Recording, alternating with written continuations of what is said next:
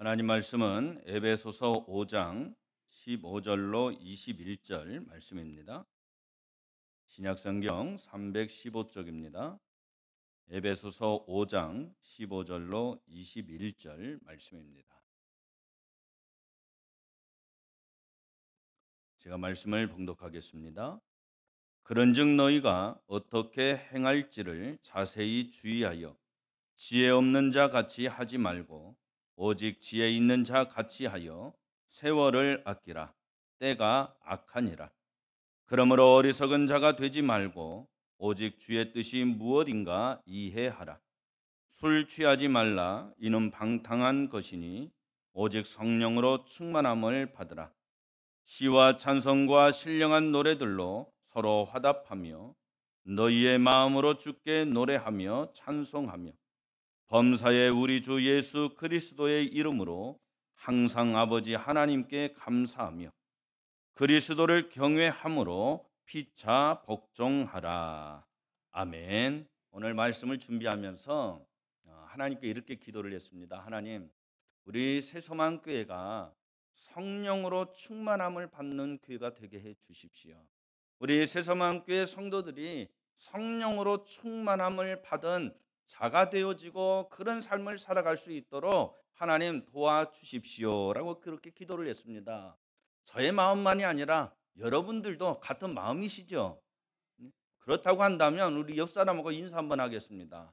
성령으로 충만함을 받으십시다 하고 인사하겠습니다. 오늘 본문에 보면 본문이 있는 에베소서 5장에 보면 하나님의 명령들이 많이 나옵니다.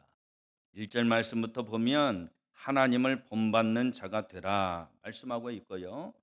2절에 보니까 사랑 가운데 행하라 그랬고요. 3절 말씀에 보면 음행, 더러움, 탐욕 등 그것은 그 이름도 부르지 말라라고 했어요. 4절 말씀에 보니까 감사하는 말을 하라 그랬고요. 6절에 보니까 속이지 말라 그랬어요. 7절에 보니까 빛의 자녀들처럼 행하라.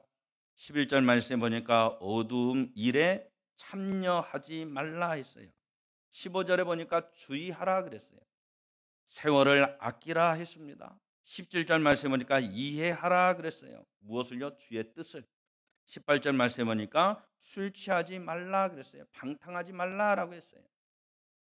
그리고 19절 말씀부터 33절 말씀까지 보면 시와 찬송과 신령한 노래를 부르면서 감사하며 살라라고 말씀하고 있습니다. 그리스도를 경외하라고도 말씀하고 있어요.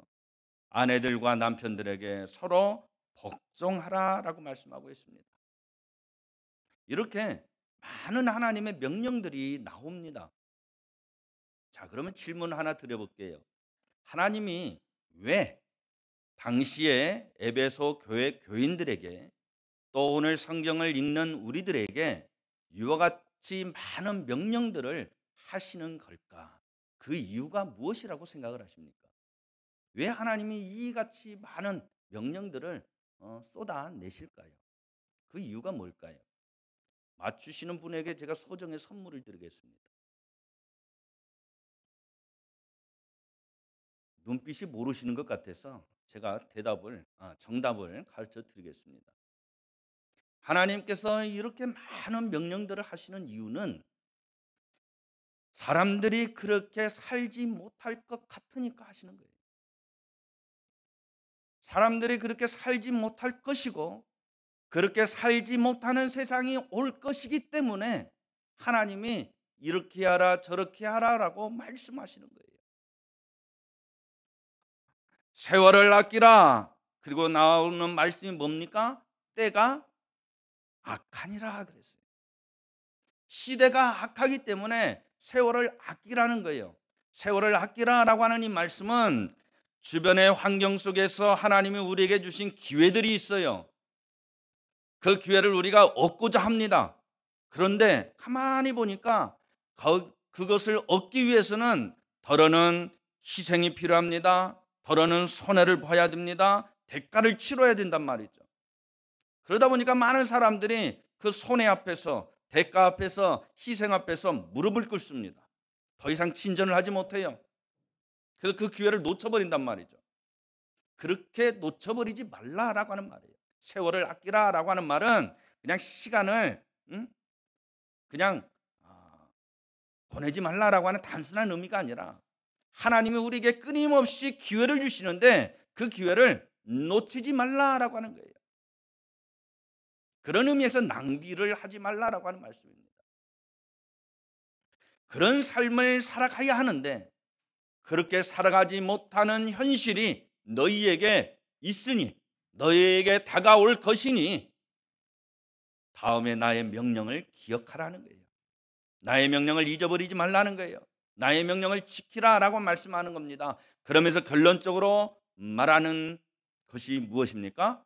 오직 성령으로 충만함을 받으라 그랬어요. 이것이 우리의 신앙생활의 궁극적인 목적이어야 합니다. 하나님이 이스라엘 백성들을 애굽에서 출애굽을 시킨 이유도 오늘날 우리로 하여금 예수를 믿게 하신 이유, 그 이유가 궁극적으로 어디에 있느냐? 성령으로 충만함을 받고 성령의 충만함을 받은 자답게 살아가는 삶에 있다라고 하는 것을 우리는 결코 잊어서는 아니 되는 것입니다. 그래서 오늘 본문 말씀 17절 18절 말씀에 이런 말씀이 있지요. 그러므로 어리석은 자가 되지 말고 오직 주의 뜻이 무엇인가 이해하라. 술 취하지 말라. 이는 방탕한 것이니 오직 성령으로 충만함을 받으라 그랬어요. 이 말씀이 저희 아버지에게 아주 중요한 구절 중에 하나였어요. 우리 아버지도 부끄러운 과거가 있던 분이거든요. 주님보다 다른 주를 좋아했어요. 그 다른 주가 뭔지 아시죠? 그런데 이 말씀을 보고 양심의 가책과 신앙의 자책이 일어났습니다. 그래서 내가 예수를 믿기로 작정한 이상 이 주를 가까이 하면 안 되지. 다른 주를 가까이 해야지 하면서 단호하게 끊었거든요. 그런데 안타깝게도 여기서 말하는 술 취하지 말라라고 하는 말은 먹던 술을 끊으라 그런 의미로 하는 말이 아니에요. 사실은 당시 에베소 교회에 이 술의 문제가 있었습니다. 이 술의 문제로 인해서 사람들에게 어려움이 생겼어요. 신앙적으로 문제가 생겼습니다. 그래서 덕을 끼치지 못하는 거죠. 오히려 걸림돌이 되어집니다. 본인에게도 걸림돌이 되어지지만 상대의 방에게도 걸림돌이 되어지는 거예요. 믿는 이에게도 도전이 되어지지만 믿지 않는 사람들에게 오히려 안 좋은 도전이 되는 거죠. 그런 의미에서 술 취하지 말라라고 하는 말이 등장을 한 거예요. 그래서 이 술 취하지 말라라고 하는 이 말은 단순히 먹던 술을 먹지 말라라고 하는 말이 아니라 그 이상의 큰 의미가 있어요. 술 취하면 제 주변에 예수를 안 믿는 사람들이 들어 있는데 그 사람들의 증언에 따르면 그렇습니다. 술을 먹으면 소위 뭐라고 그래요? 필름이 끊긴다고 그래요. 술 먹으면 오늘이었는데 깨니까 내일이 되는 거예요. 그러니까 나의 귀중한 시간이 어떻게 돼요? 순식간에 날아가 버립니다. 허비가 되는 거죠. 술을 먹고 취해서 깜빡 잠이 들고 깨어나 보니까 그 다음 날이에요. 그 전날에 무슨 일이 있었는지 아무 기억이 안 나요.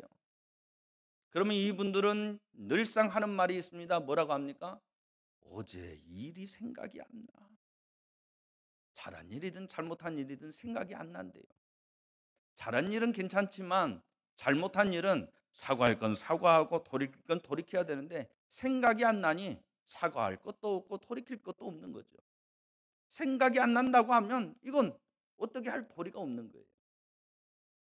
이런 일들이 에베소 교회에 존재했단 말이죠. 에베소 교회에 만연했어요. 그러다 보니까 믿지 않는 사람들에게는 전도의 기회가 막히게 되는 것이고 신앙을 가지고 있는 사람들 가운데 신앙이 약한 사람들에게는 큰 시험거리가 되었단 말이죠. 그런 의미에서 술 취하지 말라, 이것은 방탕한 것이다 라고 했어요. 술 취하면 자신에게 있는 것, 자신이 누리고 있는 것, 자신에게 있는 소중한 것들이 무가치하게 되어지고 자신의 삶이 책임성 없는 삶을 살아가게 되어지고 낭비하는 삶을 살아가게 되어지는 것이니, 절제 없는 삶을 살아가는 것이니 술 취하지 말라라고 말씀하는 거예요. 그러니까 이것은 단순히 먹고 마시는 문제가 아니라 생활과 밀접하게 관련되어져 있는 것이죠. 그런 의미에서 술 취하지 말라, 이는 방탕한 것이니 오직 성령으로 충만함을 받으라라고 했어요. 그래서 술 취하지 말라, 이는 방탕한 것이니라고 하는 이 내용을, 의미를 잘 이해하면 그 뒤에 나오는 오직 성령으로 충만함을 받으라라고 하는 이 말씀이 보다 더 실감 있게 느껴지고 마음에 와 닿을 것입니다. 오직 성령으로 충만함을 받으라 하는 이 말씀은 5가지로 우리가 해석을 할 수가 있어요. 오직이라고 하는 말은 다른 것 말고라고 하는 뜻이 있습니다. 다른 방법이 없다는 거죠. 앞에서 말씀드렸던 것처럼 세월을 아끼는 삶, 주어진 환경 속에서 하나님이 주신 그 수많은 기회들을 놓치지 아니하고 그것을 받고 그것을 누리는 삶을 살아가기 위해서 다른 방법이 없다는 거예요. 그 방법에는 오직 성령으로 충만함을 받으라 그랬어요. 받으라라고 하는 것은 명령이지요. 안 받으면 뭐가 된다는 거예요? 불순종의 죄가 된다는 것이죠. 그런 의미에서 받으라라고 명령을 하시는 겁니다. 그리고 성령으로 충만함을 받으라라고 하는 이 말은 수동태입니다. 즉 내가 이루는 것이 아니라 하나님의 은혜로 내가 받게 되어지는 거예요. 내 어떤 노력과 내 어떤 것으로 인해서 주어지는 것이 아니라 하나님이 나에게 주신다는 거예요. 주시는 거예요. 그래서 하나님의 주심으로 내가 받게 되어지는 것이지 나의 어떤 노력으로 인하여 생겨지는 것이 아니다라고 하는 것입니다. 그리고 현재입니다. 어제 충만하여지는 것이 아니로 내일 충만하여지는 것이 아니고 어제 받는 것도 아니고 내일 받는 것도 아니고 지금 받는 거예요. 지금 충만해지는 것입니다. 그리고 이것은 순간적이고 일시적으로 받는 것이 아니라 계속해서 반복적으로 받는 것입니다. 그래서 오직 성령으로 충만함을 받으라라고 하는 이 말은 오늘 우리가 이 시간 예배를 드리면서 기도하면서 하나님 성령의 충만함을 나에게 주십시오 해서 오늘 받는 것, 그리고 그것으로 끝나는 것이 아니라 우리가 살아가면서 계속해서 성령의 충만함의 공급을 받아야 되고 그것에 증명되어지는 삶의 내용을 가지고 살아가는 삶이 이루어질 수 있어야 된다라고 하는 거예요. 그런 의미에서 오직 성령으로 충만함을 받으라라고 하는 말은 우리가 성령으로 충만함을 받은 자다운 삶을 살아가야 된다라고 하는 말씀입니다. 그래서 오늘 성령으로 충만함을 받은 자의 삶은 어떤 삶인가? 그런 삶은 어떻게 가능한가? 생각을 해보면서 우리의 삶이 보다 더 성령으로 충만한 자다운 삶을 살아가는 저와 여러분이 되어질 수 있기를 주님의 이름으로 축복합니다. 첫 번째는 19절 말씀을 보니까 이런 말씀이 있습니다. 시와 찬송과 신령한 노래들로 서로 화답하며 라고 말씀하고 있습니다. 시와 찬미와 신령한 노래들로 서로 화답하며, 서로 화답하며, 그러니까 서로 말을 주고받으며 라고 하는 뜻입니다. 성령으로 충만한 사람은 상대방과 말을 함에 있어서, 말을 주고받음에 있어서 아름다운 말, 좋은 말, 칭찬 있는 말, 긍정적인 말, 용기를 주는 말, 힘을 북돋워 주는 격려의 말을 하는 사람들입니다. 더러 어떤 하나님의 특별한 은사를 받았다라고 하는 사람들 가운데 사람들을 조금 아프게 만들고 사람들을 조금 상처를 주는 사람들이 더러 있어요. 마치 하나님의 자식에게 계시를 주셔서 그 사람의 잘못되어짐을 꾸중하게 만들고, 그래서 그 사람의 잘못되어짐을 발견하게 하고, 그래서 삶이 변화되어지고, 그래서 하나님의 뜻대로 살아가게 하기 위해서 그러한다라고 이야기하지만, 그러나 많은 경우에 본인의 착각이지 하나님이 그렇게 하실 리가 없어요. 하나님은 우리의 상처를 싸매어 주시는 분이지 우리에게 상처를 주시는 분이 아니에요. 하나님은 절망 가운데 있는 우리를 희망과 소망으로 일으켜 세워주시는 분이지 절망으로 치닫게 하시는 분이 아니란 말이죠. 사람이 말을 한다라고 하는 것은 그 사람 마음속에 있는 것이 드러나는 것입니다. 긍정이 있는 사람은 긍정의 말을 해요. 사랑이 있는 사람은 사랑의 말을 합니다. 불평이 있는 사람은 불평의 말을 하고, 원망이 있는 사람은 원망의 말을 하는 거예요. 그 사람 안에 무엇이 있느냐에 따라 그 사람의 말의 내용이 달라지는 것이에요. 우리가 무엇으로 서로 말을 주고받아야 하겠습니까? 시와 찬미와 신령한 노래로 서로 화답하며, 우리의 새소망교회 성도들은 시와 찬미와 신령한 노래로 서로 말을 주고받는 은혜가 있기를 주님의 이름으로 축복합니다. 은혜로운 말을 하며 사십시다. 축복의 말을 하며 사십시다. 힘과 격려를 주는 말을 하십시다. 다 너를 위해서 하는 말이야 하면서 비수꽂는 말 하지 말고 격려해 주는 말, 칭찬해 주는 말을 하며 사시는 저와 여러분이 되어질 수 있기를 주님의 이름으로 축복합니다.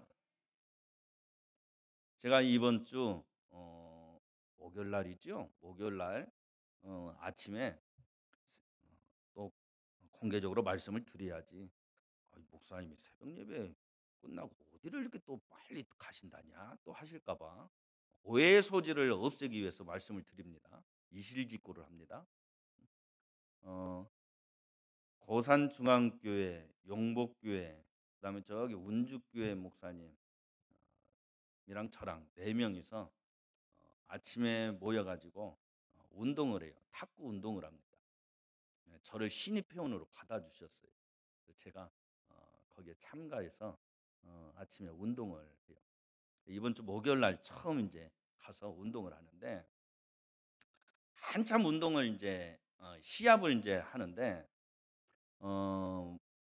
저랑 같은 편을 먹은 목사님이 시합이 끝나고 나서 저에게 묻습니다. 뭐라고 묻냐면, 아니 박 목사님, 아니 다른 사람들은 나이스 하고 외칠 때 잘 쳐가지고 그것이 공이 들어갔을 때 점수를 먹었을 때 나이스 하고 외치는데 왜 목사님은 내가 실수를 하거나 내가 공을 허치거나 그러면 그때 나이스 하고 이야기하냐고, 나를 약 올리는 거요? 하고 이야기하시더라고요. 그래서 아니요, 아니 어떻게 하늘 같은 선배님을 제가 약을 올리겠습니까? 절대 그렇지 않습니다. 목사님 말씀이 맞습니다. 일반적으로 많은 사람들이 잘 쳤을 때, 성공했을 때, 점수를 먹었을 때 나이스 하고 외치지요. 그것은 결과에 집중했기 때문에 나오는 나이스인데, 저는 그것은 누구나 다 하는 것이기에 저는 그 말보다 혹 실수했을 때, 실수해서 좀 먹적을 때, 조금 의기소침할 때, 자신감이 떨어질 때 그러하지 말라라고 하는 차원에서 나이스 하고 하는 것입니다. 그러니 오해하지 마십시오, 목사님 그랬어요. 그리고 한 바퀴 이제 돌아가지고 또다시 그 목사님과 한편이 되어서 시합을 하는데, 여전히 제가 목사님이 혹 실수를 하거나 쳤는데 공이 바깥으로 나가서 점수를 잃을 때 나이스 하고 외쳤어요. 했더니 목사님이 예전 앞에 시합을 할 때하고는 달리 아주 그냥 힘이 더 넘치더라고요. 게임이 끝나고 나서 목사님, 박 목사님 너무너무 고마워. 사실 아까 처음에는 목사님이 나이스 나이스 하실 때 얼마나 눈치를 받는지 몰라. 그래서 목사님은 나를 격려하기 위해서 나이스 하고 외쳤다라고 하지만 나는 나이스 나이스 소리가 들릴 때마다 더 위축이 됐어. 더 미안하고 그런데 이제 목사님의 의중을 알았으니 나이스 하는 소리가 오히려 더 반갑게 들렸어. 더 좋았어. 더 기분이 좋았어. 더 힘이 났어. 더 용기가 생겼어. 실수했을지라도 기회가 오면 여지없이 스파이크를 날릴 수 있는 용기가 생겼어. 고마워하고 제게 오히려 고맙다고 인사를 하시더라고요. 아이 목사님 그러지 마십시오. 제가 그랬어요. 그러면서 이제 운전을 하고 교회로 돌아오는데 이 말씀을 다시 한번 묵상을 하면서 아하 그렇구나. 우리가 다른 사람을 위해서 칭찬과 격려의 말을 아끼지 아니하면 그것이 그 사람에게만 가는 것이 아니라 그것이 돌아서 나에게도 오는 거예요. 처음 만났습니다. 고산중앙교회 목사님을 처음 만났어요. 선배님이지만 처음 만났어요. 첫 인상이 그 목사님에게 좋게 박혔어요. 그러니 저한테는 수지 아닙니까? 우리가 성령으로 충만한 사람이라고 하는 것을 증거한다면 많은 것들이 있을 수 있겠지만 그 중에 하나를 뽑는다면 말을 잘하는 겁니다. 말을 예쁘게 하는 거예요. 말을 아름답게 하는 겁니다. 다른 사람에게 용기와 힘을 주는 말을 하며 살아가는 거예요. 긍정의 말을 하는 것입니다. 다른 사람을 일으켜 세워주는 말을 하는 거예요. 그래서 성령으로 충만한 사람의 말은 어떠한 예언을 하는 사람의 말이 아니에요. 어떤 기적을 일으키는 어떤 특별한 말에 있는 것도 아닙니다. 성령에 충만한 사람의 말은 그 사람 안에 말씀이 가득 차 있음으로 인하여 나오는 말씀이에요. 능력의 말씀, 은혜의 말씀, 축복의 말씀이에요. 저는 우리 새소망교회 성도님들 말 속에 이런 은혜가 있기를 간절히 원합니다. 말씀으로 인한 축복의 말이 여러분의 인생 가운데 많은 사람들과 서로 주고받고 살아가는 삶이 되어지기를 주님의 이름으로 축복합니다. 이런 말을 하며 우리가 살면 우리 새소망교회 공동체가 얼마나 아름답겠어요. 이런 말을 하며 살면 여러분의 가정이 얼마나 아름답겠습니까? 이런 말을 하며 살면 여러분의 직장과 여러분의 사업장이 얼마나 아름답겠어요. 얼마나 행복하겠습니까? 우리가 이런 말을 하며 살면 우리 주변에 믿지 않는 사람들이 얼마나 감동을 받겠어요. 아이고 저 사람이 저렇게 말을 예쁘게 하네. 도대체 새소망교회가 어떤 교회냐 궁금해하지 않겠습니까? 두 번째는 성령으로 충만함을 받은 사람들에게 나타나는 하나의 모습이 있는데 그 중에 하나가 19절 뒷부분에 있습니다. 하반절에 너희의 마음으로 주께 노래하며 찬송하며 했어요. 우리의 마음으로 노래하고 찬송하는데 누구에게 한다고 말하고 있습니까? 주께 찬송하고 노래한다 했어요. 그러니까 성령으로 충만한 사람은 대상이 바뀝니다. 세상에서 대상이 누구로 바뀌냐면 주님으로 바뀌는 거예요. 예수를 믿지 않을 때는 세상이 목적이었습니다. 대상이었어요. 그러나 예수를 믿고 성령으로 충만함을 받은 이후에는 그 목적과 대상이 바뀌는 거예요. 누구로요? 주님으로 바뀌는 거예요. 그러니까 성령으로 충만한 사람은 어떤 것이냐? 사도행전에 나오는 것처럼 막 기도할 때 하늘이 막 갈라지고 우레와 같은 음성이 들려지고 이런 어떤 기적을 베푸는 사람을 우리는 자주 성령으로 충만한 사람이네 이야기하는데 그건 잘못된 거예요. 성령에 충만한 사람은 어떤 기적을 행하는 사람을 가리켜서 이야기하는데 아니에요. 특별한 은사를 가지고 있는 것이지 성령의 충만함은 은사와는 다른 거예요. 성령의 충만함을 가지고 있는 사람은 그의 생각과 관심이 온통 누구에게 집중되어 있느냐? 주님에게 집중되어져 있는 거예요. 그래서 성령으로 충만한 사람은 어떠한 상황과 어떠한 일을 하든지 온통 관심이 주님에게 있어요. 그래서 자기가 하는 말과 행동이 주님께 어떤 영향이 끼쳐질까? 주님이 보실 때 어떻게 생각을 하실까? 여기에 달려 있어요. 성령으로 충만하지 않는 사람은 내 말과 내가 하는 일이, 내가 하는 행동들이 나에게 어떤 유익이 되어질까에 관심이 있다라고 한다면, 성령으로 충만한 사람은 내 말과 행동이 하나님에게, 주님에게, 교회에, 믿는 사람들에게, 믿는 사람들 가운데 믿음이 다소 연약한 사람들에게 어떤 영향이 끼쳐질까, 여기에 관심이 있다고. 제가 전에 있던 교회에서 전도를 나갔어요. 전도에 광주천이 있는데, 광주천에 나가면 운동하시는 분들이 많이 있습니다.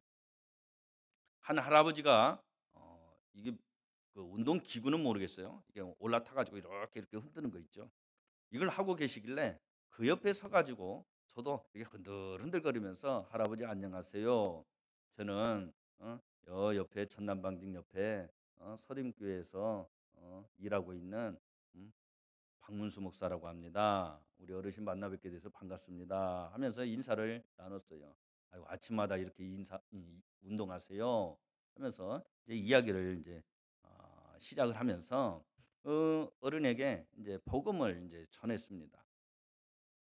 그러니까 한참 이제 듣고 계시다가 제 얘기가 이제 거의 다 마무리가 되어질 쯤에, "그러니까 목사님, 어?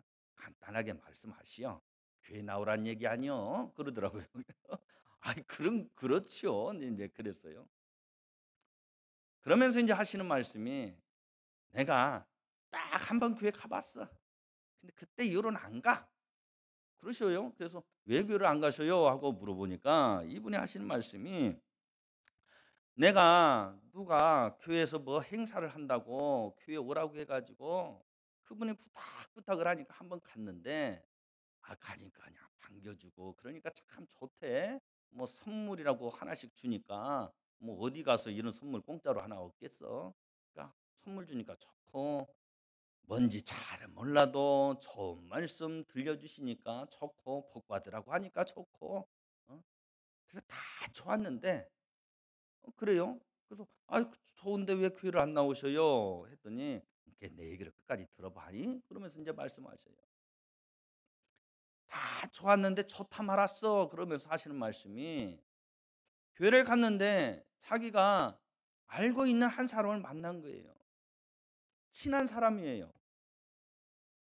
자주 만나지는 못하지만 전화도 하고 같이 여러 가지 일이 있으면 어울리는 사람이에요. 근데 그 사람을 만나니까 반가워 가지고 일부러 다가가서 인사를 했는데, 인사를 하는 둥 마는 둥, 인사를 받는 둥 마는 둥 하면서 휙 지나가 버리더래요. 그래서 '저 사람이 왜 그러나.' 하면서 마음이 좀 불편했지만 '아이 그럴 만한 사정이 있겠지.' 하고 넘겨 버렸대요. 근데 아는 사람을 만나면 여러분들도 그런 경험이 있겠지만, 그 많은 무리들 가운데 유독 그 사람이 눈에 잘 띈단 말이죠.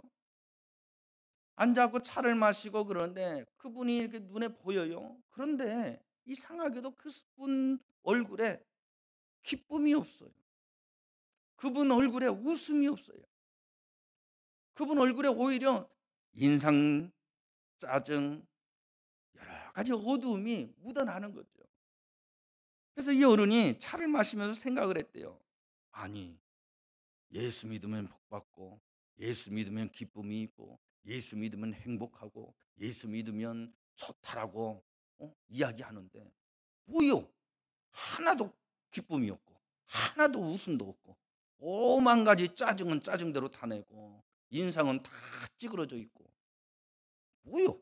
말과 행동이 다 다르네? 이러면서 이분이, 아이 이럴 것 같으면 나 안 다닐란다. 말 가지고 장난치는 것도 아니고 뭐요? 하면서 이분은 교회를 안 나오게 됐다는 거예요. 제가 그분 앞에 어떠한 얘기도 하지 못했어요. 그러면서 제가 그분 앞에 다른 말보다는 이런 말을 했어요. "아유, 죄송합니다. 먼저 믿은 저희들이 행동에 있어서 본이 되어야 하는데 그러지 못해서 너무너무 죄송합니다. 그분에게 어떤 사정이 있었는지 모르겠지만 제가 알기에는 그분 그런 분이 아닌데 우리 어르신이 볼 때 하필 또 그런 모습이 보여졌네요. 우리가 보이든 보이지 않든 좋은 모습, 아름다운 모습을 보여야 하는데 그러지 못해서 너무너무 죄송합니다. 그러나 우리 어르신이 생각하는 것처럼 그런 오해는 없으니 오해가 풀려지거든 교회에 나오셨으면 좋겠습니다 하고 그 다음 날도 찾아가서 만나고 그 다음 날도 찾아가서 만나고 그랬어요. 그랬더니 왜 나를 이렇게 성가시게 하냐고 자꾸 그러시더라고요. 저는 그때 생각을 했습니다. 우리의 말과 우리의 행동이 우리는 우리의 감정대로 우리의 하고 싶은 대로 하지만 그러나 더러 믿음이 약한 사람, 믿음이 없는 사람들에게는 어떤 경우에는 선한 영향력이 되어지기도 하지만 어떤 경우에는 악한 영향으로 끼쳐지게 되어지는구나. 오히려 하나님의 영광을 가리우는구나. 오히려 예수를 믿게 하는 구원의 사역에 걸림돌이 되어지는구나. 그렇다고 한다면 우리의 모습, 우리의 행동은 어떠해야 될 것인가에 대해서 많은 생각을 하게 되었습니다. 사랑하는 성도 여러분, 우리의 삶이 하나님의 영광을 드러내는 삶이 되어지기를 주님의 이름으로 축복합니다. 그러기 위해서는 우리의 관심, 우리의 목적, 우리의 대상이 세상에 있으면 안 돼요. 일에 있어서도 안 돼요. 결과에 있어서도 안 됩니다. 오직 우리의 관심과 우리의 신경이 누구에게 있어야 되느냐? 주님에게 있어야 돼요. 그래야 짜증날 일이 있을 때도 짜증내지 않아요. 화날 일이 있을 때도 화내지 않아요. 왜요? 주님이 화내라 하지 않으실 것이니까.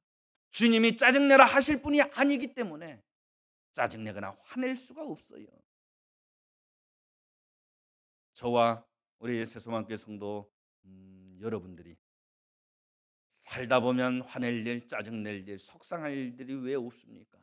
그럼에도 불구하고 주님을 생각함으로 참고 인내하고 그럼에도 불구하고 긍정적이고 축복의 말, 은혜의 말, 격려와 위로의 말을 하며 살아가시는 여러분들 모두가 되어줄 수 있기를 주님의 이름으로 축복합니다. 세 번째입니다. 세 번째는 20절 말씀에 보니까 범사에 우리 주 예수 그리스도의 이름으로 항상 아버지 하나님께 감사하며 했어요.